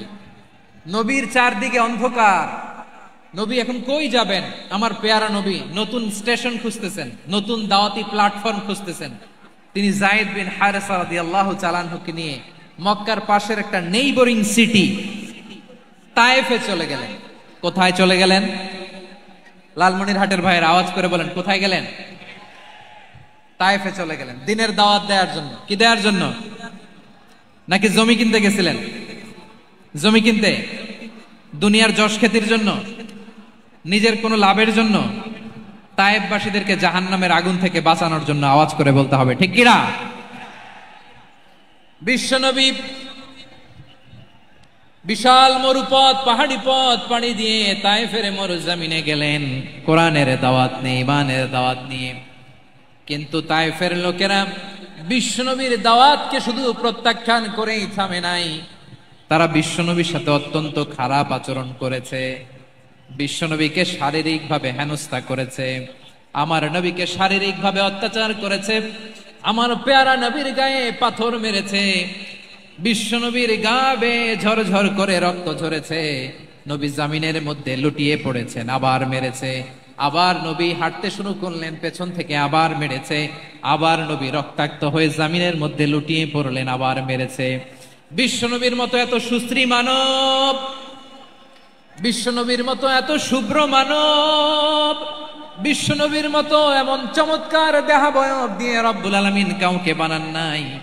এরকম চমৎকার মানুষটাকে তারা তায়েফের ওই জমিনে রক্তাক্ত করেছে। বিশ্বনবী দুনিয়ার কোনো স্বার্থের জন্য সেখানে যান নাই, নিজের কোনো লাভের জন্য, প্রাপ্তির জন্য যান নাই, তায়েফবাসীদের জাহান্নামের আগুন থেকে বাঁচাতে গিয়েছেন। ঠিক কিনা বলেন? খেয়ে না খেয়ে দিন প্রচারের কাজে নিজেকে দিয়েছ বিলিয়ে, তায়েফের কাফিরেরা চিনল না সে আলো, দুষ্ট ছেলেদের পিছু দিল লেলিয়ে, পাথরের আঘাতে ক্ষত বিক্ষত হয়ে সারা শরীর থেকে রক্ত ঝরে।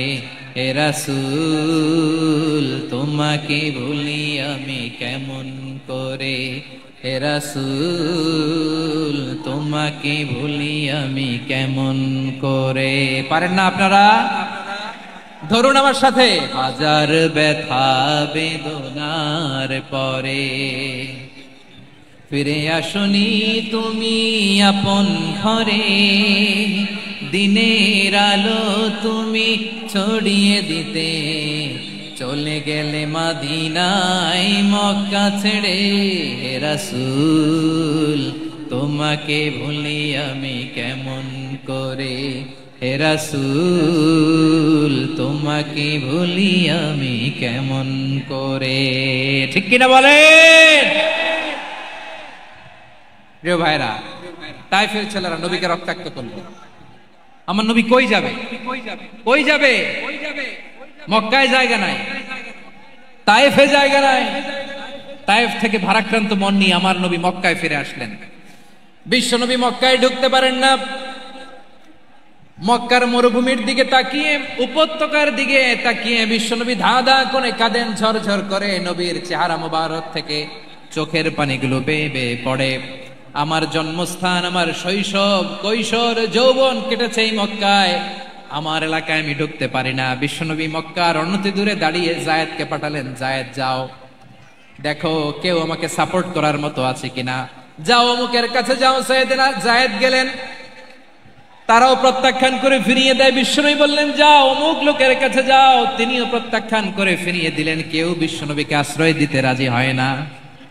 নিজ জন্মভূমিতে বিতাড়িত বিশ্বনবী, সর্বশেষ বিশ্বনবী বললেন যাও মুতঈম ইবনে আদির ঘরে যাও।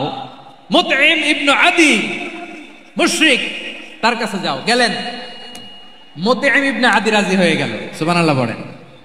দেখেন অনেক বিপদের সময়ও আমি নিজে সাক্ষী, সামাজিকভাবে রাজনৈতিকভাবে কত ঝঞ্ঝা, কত ষড়যন্ত্র, কত কনস্পাইরেসি পাড়ি দিয়ে আমাদেরকে সামনে এগিয়ে যেতে হয়। এই শত্রুদের ভেতরেও একজনকে দাঁড় করিয়ে দেয় যে আল্লাহর কোরআনের জন্য রেডি হয়ে যায়। পড়েন সুবহানাল্লাহ। মুতঈম ইবনে আদি, আল্লাহ তার মনকে নরম করে দিলেন। মুতঈম বলে মুহাম্মদ আমি তোমাকে আশ্রয় দিব। তার দুই ছেলেকে পাঠালেন, যাও খোলা তলোয়ার নিয়ে, স্কট দিয়ে, গার্ড অফ অনার দিয়ে মুহাম্মদকে মক্কায় ঢুকাও, আর বলো আমি আমান দেব। আমান কি দিব? আমান মানে সিকিউরিটি, নিরাপত্তা। সিকিউরিটি ছাড়া, আমান দেওয়া ছাড়া কেউ থাকতে পারতো না মক্কায়। দুই ছেলে বিষ্ণু ইসা ইসলামকে নিয়ে আসলো। নবী কাবার চারদিকে তাওয়াফ করলেন, নামাজ পড়লেন। আবু জাহেল, উতবা, শাইবা, ওয়ালিদ ইবনে মুগীরা সবাই দেখে, কেউ কিছু করতে পারে না। কারণ মুতঈম ইবনে আদি ঘোষণা দিয়েছেন আমি মুহাম্মদকে আমান দিয়েছি, মুহাম্মদের গায়ে যেন কেউ স্পর্শ না করে। আওয়াজ করে পড়েন সুবহানাল্লাহ। নবীর এই বিপদ কালে মুহূর্তে মুতঈমের হৃদয়টারে নরম করে দিল কে? আচ্ছা, লালমনিরহাটের ভাইয়েরা বলেন, এই মুতঈম কি মুসলিম ছিল না মুশরিক? সবাই বলতে হবে মুসলিম না মুশরিক। তাহলে মুশরিকের কাছ থেকে নবী পলিটিক্যাল অ্যাসাইলাম, আধুনিক রাষ্ট্রবিজ্ঞানের ভাষায় পলিটিক্যাল অ্যাসাইলাম, যেটাকে বলে রাজনৈতিক আশ্রয়, ওনার আমান বা নিরাপত্তার এই ঘোষণায় তিনি মক্কায় ঢুকলেন। যতদিন নিরাপত্তা ছিলেন। মুতঈম যখন মারা গেল, বিষ্ণু ইসলাম হিজরত করে মদিনায় চলে গেলেন। সুবহানাল্লাহ। কিন্তু মুতঈম যে বিশ্বনবীর উপকার করছে এটা বিশ্বনবী ভুলে নাই। আমাদের অনেকে আছে উপকার করার পরে আর খেয়াল থাকে না, খাওয়ার পরে গলা দিয়ে নামলে আর খেয়াল থাকে না, এরকম আছে না নাই? আমার নবী ভুলে নাই। বদরের প্রান্তরে 70 জন কাফেরকে যখন বন্দী করে বিশ্বনবীর সামনে হাঁটু গেড়ে দাঁড় করানো হলো, বসানো হলো, 70 জন কাফের। কয়জন? বিশ্বনবী তাদের দিকে তাকিয়ে বললেন, সহিহ বুখারীর বর্ণনা, লাউ কানাল মুতঈম ইবনে আদি হাইয়ান সুম্মা কাল্লামানি হাউলাইন নাতনা লা তারাকতুহুম লাহু। বদরের প্রান্তরে 70 জন বন্দী কাফিরের দিকে তাকিয়ে আমার নবী বললেন, আজকে মুতঈম ইবনে আদি যদি বেঁচে থাকতো আর তোমাদের 70 জনের ব্যাপারে যদি মুতঈম এক বাক্যে একটা সুপারিশ করত, তার সম্মানে আজকে তোদের সবাইকে আমি মাফ করে দিতাম। সুবহানাল্লাহ। নাই ওই যে চিল্লাচিল্লি যে কথা বোঝে নাই, কোন জিনিস মিস করছে ওরা নিজেরাও বোঝে নাই। বিশ্বনবী মুতঈমের এই সাহায্যের কথা বলে নাই। 70 জন মুশরিক হাঁটু গেড়ে বসা, নবী চাইলে এখনই এক্সিকিউশন অর্ডার দিতে পারে। তিনি বললেন, আজকে যদি মুতঈম বেঁচে থাকতো আর মুতঈম যদি তোদের জন্য সুপারিশ করতে, এই আবর্জনাগুলোর ব্যাপারে সুপারিশ করতে, আমি মুহূর্তেই তোদেরকে এমনি মাফ করে দিতাম। এবার বলেন, ইসলাম কি ন্যারো মাইন্ডেড না ব্রড মাইন্ডেড? শুধু তাই নয়, যাকে যে সম্মান দেয়ার আমার নবী দিতেন, হোক আস্তিক হোক নাস্তিক, হোক মুসলিম হোক অমুসলিম। বিষ্ণু ইসলাম যখন রোমান সম্রাটের কাছে চিঠি লিখেছেন, আমার প্রিয় লালমনিরহাটের ভাইরা, অল্প কয়েক মিনিট কয়েকটা জরুরি কথা বলবো, এদিকে তাকান, এদিকে তাকান। রোমান সম্রাটের কাছে বিশ্বনবী যখন চিঠি লিখলেন মিন মুহাম্মদ রাসূলিল্লাহ ইলা হিরাকলা আযীমির রোম। মুহাম্মদের পক্ষ থেকে হিরাক্লিয়াসের কাছে, যিনি হচ্ছেন আযীমির রোম। এটা নবী নিজ থেকে বানায় লিখছেন, অতিরিক্ত সম্মান দিয়ে। কোন রাষ্ট্রপ্রধান যখন আসে তাদেরকে আমরা কি বলি জানেন? তার নামের শেষে HE এটা লিখতে হয়, H.E. মানে হিজ এক্সেলেন্সি। কি লেখে? হিজ এক্সেলেন্সি অথবা ইউর হাইনেস, ইউর ম্যাজেস্টি। দেখেন, বিশ্বনবী সাল্লাল্লাহু আলাইহি ওয়াসাল্লাম সব নবীদেরও নবী। তিনি একজন মুশরিক খ্রিস্টান সম্রাট, রোমান সম্রাটের কাছে চিঠি লিখতে যায়, লিখতেছে ইলা হিরাকলা আযীমির রোম। হিরাক্লিয়াসের কাছে আমার চিঠি, যিনি রোমের আযীম, হিজ হাইনেস, মানে রোমের অনেক সম্মানিত এক বাহাদুর। আওয়াজ করে বলেন সুবহানাল্লাহ। তার মানে যাকে যে সম্মান দেয়ার এটা বিশ্বনবী দিতেন। এমনকি যেই ইহুদিরা ভালো ছিল, এই ইহুদিদেরও প্রশংসা করেছেন বিশ্বনবী মুহাম্মদুর রাসূলুল্লাহ সাল্লাল্লাহু আলাইহি ওয়াসাল্লাম। এক ইহুদির প্রশংসা করেছেন বিশ্বনবী। ইহুদির কার? আমি তো আমার ভাইয়ের প্রশংসা করি না, আমি তো এক আলেম আরেক আলেমরে স্পেস দেই না, আমি তো এক দায়ী আরেক দায়ীর সাথে বসতে চাই না। আমার নবী ইহুদির প্রশংসা করে। কার প্রশংসা? ওই ইহুদির নাম ছিল মুখাইরিক। সিরাত গ্রন্থ ঘাটলে পাবেন। তিনি বলেছেন, মুখাইরিক খাইরু ইয়াহুদ, Mukhayriq is the best of the Jews. জুইশদের মধ্যে সে সবচেয়ে ভালো। কেন প্রশংসা করলেন তার? এর কারণ মদিনা চার্টারে কথা ছিল সব ধর্মের মুসলিম, মুশরিক, ইহুদিরা মিলে মদিনাকে রক্ষা করবে। কিন্তু 3য় হিজরিতে যখন উহুদের যুদ্ধ শুরু হলো, সবার কথা ছিল যেই আক্রমণ করে আমরা মদিনাকে বাঁচাবো। কোন শহরকে বাঁচাবো? মদিনাকে। কিন্তু কুরাইশরা যখন অ্যাটাক করলো, ইহুদিরা আর আসে না, ইহুদিরা আর বেরোয় না। বিষ্ণু বললেন, ওহে ইহুদিরা, তোমরা না চুক্তি করলে আমার সাথে যে মদিনা বাঁচাতে সবাই ঝাঁপিয়ে পড়বো, আসো। একটা ইহুদিও বেরোয় না, কেউ আসে নাই সেদিন, একজন ছাড়া। তার নাম মুখাইরেক। তার নাম কি? মুখাইরেক বাহাদুরের মতো ঘোড়সাওয়ার হয়ে বেরিয়ে গেলেন এবং বললেন, গোটা ইহুদি সাম্রাজ্যের একজনও যদি না আসে, আমি মুখাইরেককে কেউ ঘরে আটকে রাখতে পারবে না। বেরিয়ে আসলেন, এসে বললেন, আমি মুহাম্মদের পক্ষে যুদ্ধ করব। আমি মারা গেলে আমার সম্পদ আমার উত্তরাধিকারীরা পাবে না, আমার সম্পদ তোমরা মুহাম্মদকে দিয়ে দিবা। সুবহানাল্লাহ বলেন। উহুদের ময়দানে 70 জন মুসলমান শহীদ হলো। এই ইহুদি সেও মুসলমানের পক্ষে যুদ্ধ করে নিহত হলো। সুবহানাল্লাহ বলেন। মুসলিমদের লাশ যখন নিয়ে আসা হলো, এই মুখাইরিকের লাশও নিয়ে আসা হলো। মুসলিমদের লাশের পাশে মুখাইরিকের লাশ দেখে বিশ্বনবী মুখাইরিকের প্রতি অনেক খুশি হলেন। আর বিশ্বনবী খুশি হয়ে বললেন, মুখাইরিক খায়রু ইয়াহুদ, মুখাইরিক যদিও তুমি ইহুদি তারপরে তুমি সব ইহুদিদের মধ্যে সেরা ইহুদি। পড়েন সুবহানাল্লাহ। আমার নবী ইহুদিকেও সম্মান দিতে কার্পণ্য করে নাই। আওয়াজ করে বলেন আল্লাহু আকবার। প্রিয় ভাইরা, এবার সর্বশেষ আওয়াজ করে বলেন, ইসলাম কি ন্যারো মাইন্ডেড নাকি ব্রড মাইন্ডেড? সবাই বলেন ন্যারো মাইন্ডেড না ব্রড মাইন্ডেড? এজন্য অমুসলিম হইলেই তারা আমাদের শত্রু নয়। শত্রু কারা? এই লালমনিরহাটের ভাইয়েরা শোনেন, শত্রু কারা? যে সমস্ত অমুসলিম আমাদেরকে নিশ্চিহ্ন করে দিতে চায়, যে সমস্ত অমুসলিম আমাদের ভূখণ্ড থেকে আমাদেরকে তাড়িয়ে দিতে চায়, যে সমস্ত অমুসলিম আমার ধর্ম নিয়ে তুচ্ছতাচ্ছিল্য করে চিল্লায় বলেন ঠিক কিনা, তারা আমাদের শত্রু।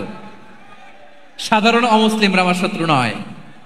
এই যে হিন্দুরা থাকে এরা আমার ভাই, বৌদ্ধরা আমার ভাই, খ্রিস্টানরা আমার ভাই, ইহুদিরা আমার ভাই।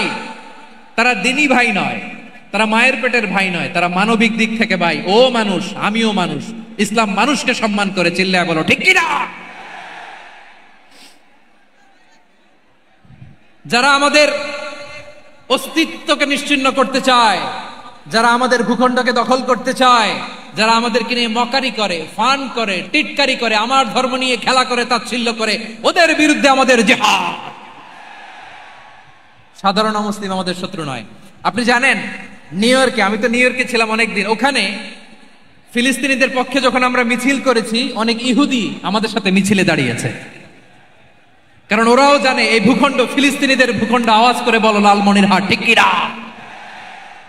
ইসরায়েলের রাজধানী খোদ তেল আবিবে অনেক ইহুদিরা বেঞ্জামিন নেতানিয়াহু তার বিরুদ্ধে মিছিল করেছে। তো তারা কি আমাদের শত্রু? না। অনেক খ্রিস্টান আমাদের সাথে আমাদের স্বার্থ রক্ষায় আমাদের পাশে দাঁড়িয়েছে। খেয়াল রাখবেন, হিন্দু আর হিন্দুত্ববাদ এক নয়, ইহুদি ধর্ম আর জায়নিজম এক নয়। জায়নিজমের বিরুদ্ধে আমাদের সংগ্রাম, আমাদের জিহাদ, চিল্লায় বলেন ঠিক কিনা। এই যে ফিলিস্তিনের ভাইরা, তারা তাদের স্বাধীনতা সংগ্রামের জন্য লড়াই করছে, করে যাচ্ছে, আমরা এটাকে সমর্থন জানাই, চিল্লায় বলো ঠিক কিনা। কাশ্মীরের ভাইরা স্বাধীনতার জন্য সংগ্রাম করছে, আমরা সেই সংগ্রামকে সমর্থন জানাই, আওয়াজ করে বলো ঠিক কিনা। যারাই আমাদের ইসলামকে নিশ্চিহ্ন করতে চায় তাদের বিরুদ্ধে আমাদের সংগ্রাম, আওয়াজ করে বলতে হবে ঠিক কিনা। ওই সমস্ত দুর্বৃত্তদের সাথে আমাদের কোনো সম্পর্ক নাই। আমরা যদি ঐক্যবদ্ধ থাকতে পারি, ওই দুর্বৃত্তরা চান্স পাবে না। আমরা ঐক্যবদ্ধ থাকতে রাজি আছি। লালমনিরহাটের ভাইয়েরা, আমরা ঐক্যবদ্ধ থাকলে ওই দুর্বৃত্তদের কালো হাত ভেঙে দিতে আমাদের সময় লাগবে না। তাদের কালো হাত ভেঙে দিতে রাজি আছে মুসলমান? কারা কারা রাজি? দু হাত তুলে দেখাও।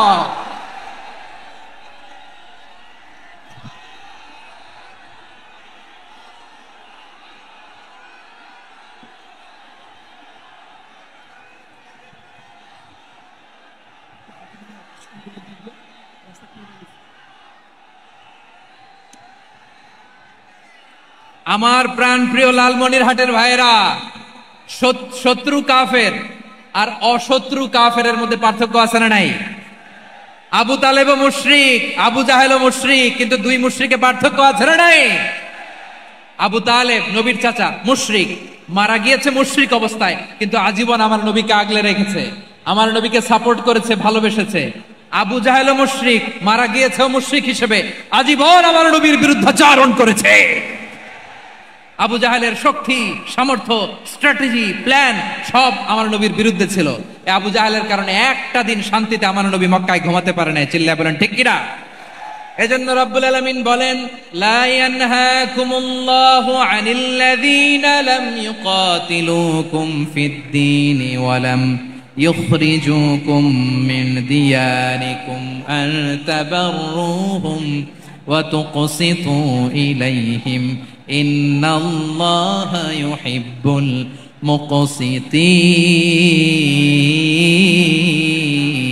المقسطين আল্লাহ বলে, গোলামেরা শোনো শোনো, যে সমস্ত অমুসলিম তোমাদের সাথে ধর্মযুদ্ধে লিপ্ত হয় না, তোমাদের বিরুদ্ধে যে সমস্ত অমুসলিম অস্ত্র ধরে না, যে সমস্ত অমুসলিম তোমাদেরকে তোমাদের জন্মস্থান থেকে, ভূখণ্ড থেকে তাড়িয়ে দেয় না, তাদের সাথে ভালো আচরণ করতে আমি আল্লাহ নিষেধ করি নাই। তাদের সাথে সদাচরণে কোনো নিষেধাজ্ঞা নাই, বরং তাদের সাথে সদাচরণ করো, এটাই আমি আল্লাহ চাই। তাহলে আমার যে অমুসলিমরা আমাদের সাথে শত্রুতা করে না, তুচ্ছতাচ্ছিল্য করে না, আমাদের ভূমি থেকে আমাদেরকে উচ্ছেদ করতে চায় না, আমাদের বিরুদ্ধে অস্ত্র ধরে না, ওই অমুসলিম ভাইদের সাথে আমাদের কোনো দ্বন্দ্ব আছে? কোনো বিরোধ আছে? বরং আছে ভালোবাসা। বরং আছে কি? এই ভালোবাসা দিয়ে আমরা বিশ্ব জয় করব। রাজি আছে মুসলমান? আমাদের পুঁজি ভালোবাসা। আমাদের পুঁজি কি?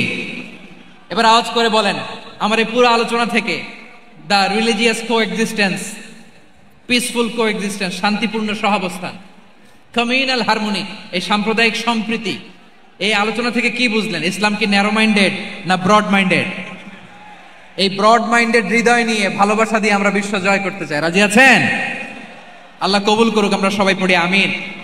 লালমনিরহাটের জেলা স্টেডিয়ামে আমার প্রিয় মায়েরা, বোনেরা, আপনাদের জন্য একটা হাদিস বলে শেষ করব। বিশ্বনবী বলেন, আমার মায়েরা খেয়াল করে শুনুন, বিশ্বনবী আপনাদের উদ্দেশ্য করে বলেন, আল মারআতু ইযা সাল্লাত খামসাহা ওয়া সামাত শাহরাহা হাফিজাত ফুরুজাহা আতাআত বা'লাহা ফালতাদখুল মিন আইয়ি আবওয়াবিল জান্নাতি শাআত। বিশ্বনবী বলেন, ও রমণীরা, ও নারীরা, যে সমস্ত নারী এই 4টা কাজ করবে, এই 4টা কাজের গ্যারান্টি দিবে, তাদেরকে জান্নাতের 8টা দরজার গ্যারান্টি দেয়া হবে। কি 4টা কাজ? 1 নাম্বার, আল মারআতু ইযা সাল্লাত খামসাহা, যে নারী 5 ওয়াক্ত নামাজ পড়ে। কি করে? জেলা স্টেডিয়ামে অবস্থানরত আমার নারীরা, বোনেরা, বিশ্বনবী আপনাদেরকে 4টা কাজের কথা বলেছেন, খুব বেশি না। 4টা করলে 8 জান্নাতের দরজা সব খোলা। কোনটা দিয়ে যাবেন? যেটা দিয়ে মনে চায়। 1 নাম্বার 5 ওয়াক্ত নামাজ। আমার বোনেরা জোহরের নামাজ পড়তে পড়তে এটা আসরে নিয়ে যায়, আসর পড়তে পড়তে এটা মাগরিবে নিয়ে যায়। এরকম আসরে নাই? লালমনিরহাটে হয়তো নাই। আমার বোনেরা এটা করবেন না। ইন্নাস সালাতা কানাত আলাল মুমিনিনা কিতাবাম মাওকুতা, সময় মতো পড়বেন। সামাত শাহরা, রমাদানের রোজাগুলো রাখবেন। হাফিজাত ফুরুজাহা, যে নারী তার চরিত্রকে হেফাজত করে, তার প্রাইভেট হেফাজত করে, তার লজ্জাস্থান হেফাজত করে। ও মায়েরা, আপনার এই গর্ভ যে কত দামি আপনি জানেন না। আপনার এই গর্ভ থেকে জন্মাবে আগামীর সালাহুদ্দিন আল আইয়ুবী। আপনার গর্ভ থেকেই জন্মাবে ইমাম আল মাহদি আল মুনতাদা। আপনার পেট থেকে জন্মাবে আবু সাইদের মতো বীর সৈনিক। আপনার পেট থেকে জন্মাবে মুগ্ধের মতো বীর মুজাহিদ। আপনি জানেন না কে আসবে আপনার পেট থেকে। সময়টাকে কাজে লাগান, ইসলামকে বুঝেন, মানেন, আমাদের ইসলামিক লেকচারগুলো শোনেন। আমরা যে বার্তাগুলো, ইনস্ট্রাকশনগুলো, দিক নির্দেশনাগুলো আপনাদের খেদমতে রাখি, এগুলো মেনে চলুন। আপনিই পারেন আপনার ঘরটাকে জান্নাতের টুকরা বানাতে। একটা family, it's a very big institution and you are the MD, the managing director of this institution. চিল্লায় বলেন ঠিক কিনা? চাইলেই পারেন ঘরটারে জান্নাতের টুকরা বানাতে। 5 ওয়াক্ত সালাত, রমাদানের রোজা, নিজের চরিত্রের হেফাজত, ও আতাআত বা'লাহা, স্বামীর আনুগত্য। এটাতে অনেকে ভুল করে থাকে। হায় রে আমার বোনেরা, স্বামীর আনুগত্যকে এটা নিজের অপমান মনে করবেন না। আপনার স্বামী আপনার সবচেয়ে বড় গার্ডিয়ান, তিনি আপনার সবচেয়ে ভালো চায়। নারী কখনো গার্ডিয়ানশিপের বাইরে থাকতে পারে না। হয় আপনি বাবার গার্ডিয়ানশিপের ভেতরে, বাপ না থাকলে ভাই আপনার গার্ডিয়ান, ভাই না থাকলে চাচা গার্ডিয়ান, বিয়ের পরে আপনার স্বামী আপনার গার্ডিয়ান। শরিয়া সম্মত স্বামীর আদেশগুলো আপনি মেনে চলবেন, কিন্তু শরিয়া বিরুদ্ধ কোনো আদেশ মানতে আপনি বাধ্য নয়। আওয়াজ করে বলুন সবাই ঠিক কিনা? এই 4টা কাজ যদি কোন নারী করে, বিশ্বনবী বলেন জান্নাতের 8টা দরজা খোলা। তোমার যেটা দিয়ে মনে চায় সেটা দিয়ে জান্নাতে তুমি এন্ট্রি নিতে পারবা। আমরা এখানে লালমনিরহাটের সোহরাওয়ার্দী ময়দানে আজকে যেমন একত্রিত হতে পারলাম, আল্লাহর জান্নাতেও যেন একত্রিত হতে পারে। আল্লাহ তুমি তৌফিক দান করো। আল্লাহ আমার এই কলিজার টুকরা যুবক ভাইদেরকে তুমি উমরে ফারুকের মতো কবুল করো, জেলা স্টেডিয়ামে অবস্থানরত আমার মা বোনদেরকে তুমি ফাতেমার মতো, খাদিজার মতো কবুল করো। আমাদের কলিজার টুকরা সন্তানদেরকে তুমি সালাউদ্দিন আল আইয়ুবীর মতো কবুল করো। এই যে ইসলামিক সোসাইটি লালমনিরহাটকে আল্লাহ তুমি কবুল করো। আল্লাহ, যে কথাগুলো বললাম এগুলো প্রথমে আমাকে, আমার সব ভাইদেরকে আমল করার তৌফিক দান করো। রব্বানা যালামনা আনফুসানা ওয়া ইন লাম তাগফির লানা ওয়া তারহামনা লানাকুনান্না মিনাল খাসিরিন। রব্বানা আতিনা ফিদ দুনিয়া হাসানাতাও ওয়া ফিল আখিরাতি হাসানাতাও ওয়া কিনা আযাবান নার। রব্বুল আলামিন, আরশের মালিক, লক্ষ লক্ষ তাওহীদি জনতা দুনিয়ার কোনো কিছুর আশায় নয়, দুনিয়ার কোনো কিছুর জন্য নয়, তোমার কোরআনের প্রেমে, ইসলামের প্রেমে হাজির হয়েছে। আল্লাহ, আমার ভাইদেরকে কবুল আর মঞ্জুর করে দাও। ইসলামের জন্য এই গণজোয়ার, এই উচ্ছ্বাস, এই এনার্জি শক্তিগুলোকে আগামীর ইসলামের জন্য কবুল আর মঞ্জুর করে নাও। গাড়িতে করে, হুন্ডায় চড়ে, সাইকেল দিয়ে, রেল লাইন দিয়ে, রেলে চড়ে চড়ে লক্ষ লক্ষ ভাইরা বিভিন্ন জেলা থেকে আজকের এই ঐতিহাসিক লালমনিরহাটের প্রোগ্রামে যারা জয়েন করলো, নিরাপদে তুমি আবার তাদেরকে গন্তব্যে পৌঁছে দিও। রব্বানা তাকাব্বাল মিন্না ইন্নাকা আনতাস সামিউল আলিম ওয়া তুব আলাইনা ইয়া মাওলানা ইন্নাকা আনতাত তাওয়াবুর রহিম। সুবহান রাব্বিকা রাব্বিল ইজ্জাতি আম্মা ইয়াসিফুন ওয়া সালামুন আলাল মুরসালিন والحمد لله رب العالمين وجعل آخر كلامنا عند الموت لا إله إلا الله محمد رسول الله صلى الله عليه وسلم।